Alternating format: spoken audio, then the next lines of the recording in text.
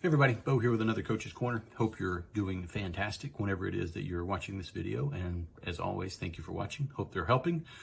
Wanted to share with you something that I'm dealing with in a couple of different areas, and you guys may be dealing with some of the same stuff. What I've got is a situation where I'm coaching a group of people as a group, and then I'm coaching them individually. And what I keep running into, and this is a pretty common pattern, maybe you've seen it as well, is that people in the group setting, they're polite. Sometimes they're effective, sometimes they're not effective.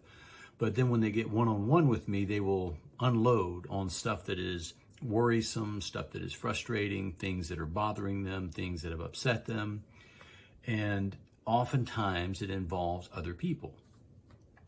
Obviously, the problem is we can't work on a problem if we don't know that there's a problem. My experience is most human beings can deal with problems once they're identified. Or I heard it described that a problem well stated is a problem half solved. So if you find yourself in a conversation between two people talking about a third person, it's called triangulation. And that means that, you know, you're two out of the three sides of the triangle are present, but they're discussing a third. Obviously, if it is an employee and you're talking with your boss about one of your employees and there's a performance issue, that would be the caveat. However, if you're talking with someone about a peer or about your boss or about whatever, recognize that you're not only not making the situation better, you're actually making the situation worse. Because if you come to me and you say, hey, Bo, let me talk to you about Susan, and you're having a problem with Susan that you haven't addressed with Susan, what I'm left wondering is, all right, what does this person say about me when I'm not in the room? What is this person not telling me because he or she's uncomfortable with conflict?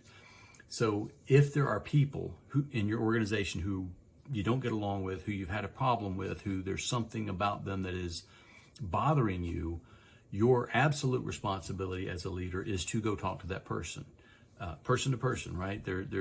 You don't need a witness. You don't need to do anything fancy or documented. Don't make it a big deal. Just sit down and say, you know, hey, Joe, at the meeting yesterday, when you said this, I really felt like it was a personal attack.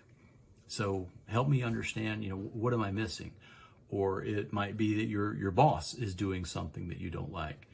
And rather than talking to your boss, you talk to your coworker about it. Now you're both kind of commiserating and complaining about your boss instead of saying, hey, boss, you know, I didn't like the way this process happened.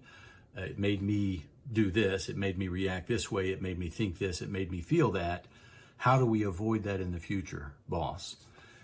Those kinds of things are the sign not only of a healthy culture, but also an improving culture. Because most of the time in that situation, your boss doesn't know that he or she's done something to upset you or bother you or piss you off, whatever word you want to use there. And if you don't bring it up, you're signing yourself up to continue having those situations with that person recur over and over. So hope it helps. Clear the air, talk to each other, not about each other. I promise you it'll help your culture move forward. See you next time.